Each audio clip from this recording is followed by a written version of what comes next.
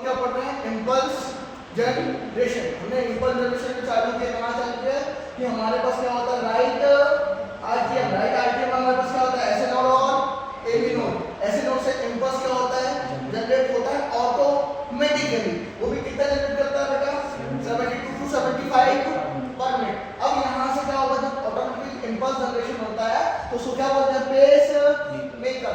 ये इम्पल्स कहाँ जाएगी लेके, ए बी नोड के पास। ए बी नोड के पास जाएगी तो ये कितना कर देता है, 40 पर मिनट। इसको बोलते हैं पेस सेटर। अब इक्वेशन बनता है कि हमारे पास ए बी नोड और एस नोड।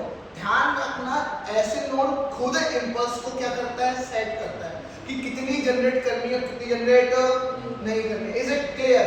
एंड और ये ऑटोमेटिकली होती है, इसीलिए जो ह्यूमन का हार्ट होता है वो कैसा होता है, मायोजेनिक। कैसा हार्ट होता है, जिस पर किसी का कोई कंट्रोल होता नहीं है, न्यूरॉन का कंट्रोल होता नहीं है। Is it clear? इसलिए ह्यूमन हार्ट कैसा होता है, myogenic, not neurogenic. Is it clear? फिर इसके बाद हमारे पास क्या आता है कि ऐसे नोड से कहां गई इम्पल्स, ए बी नोड में। ए बी नोड के बाद ध्यान रखना है यहाँ पर आर्टियो वेंट्रिकुलर सेप्टा होता है।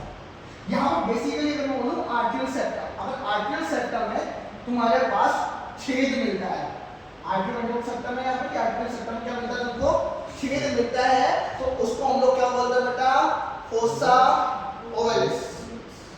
क्या मिलता है, छेद, उसको क्या बोलते हैं, फोसा ओवलिस। अब ये आर्टियल वेंट्रिकुलर सेप्टा और आर्टियम सेप्टा ये आगे की तरफ हमारे पास इम्पल्स जनरेशन को लेके जाती है, तो एक ब्रांच बनाती है और एक पूरा थ्रेड लाइक स्ट्रक्चर बनाती है, ठीक है। उसको क्या बोलते हैं, बंडल ऑफ हिस। और इस बंडल ऑफ की इसकी क्या होती है, हमारे पास बहुत सारी ब्रांचेस होती है, that is called what, Purkinje fibre.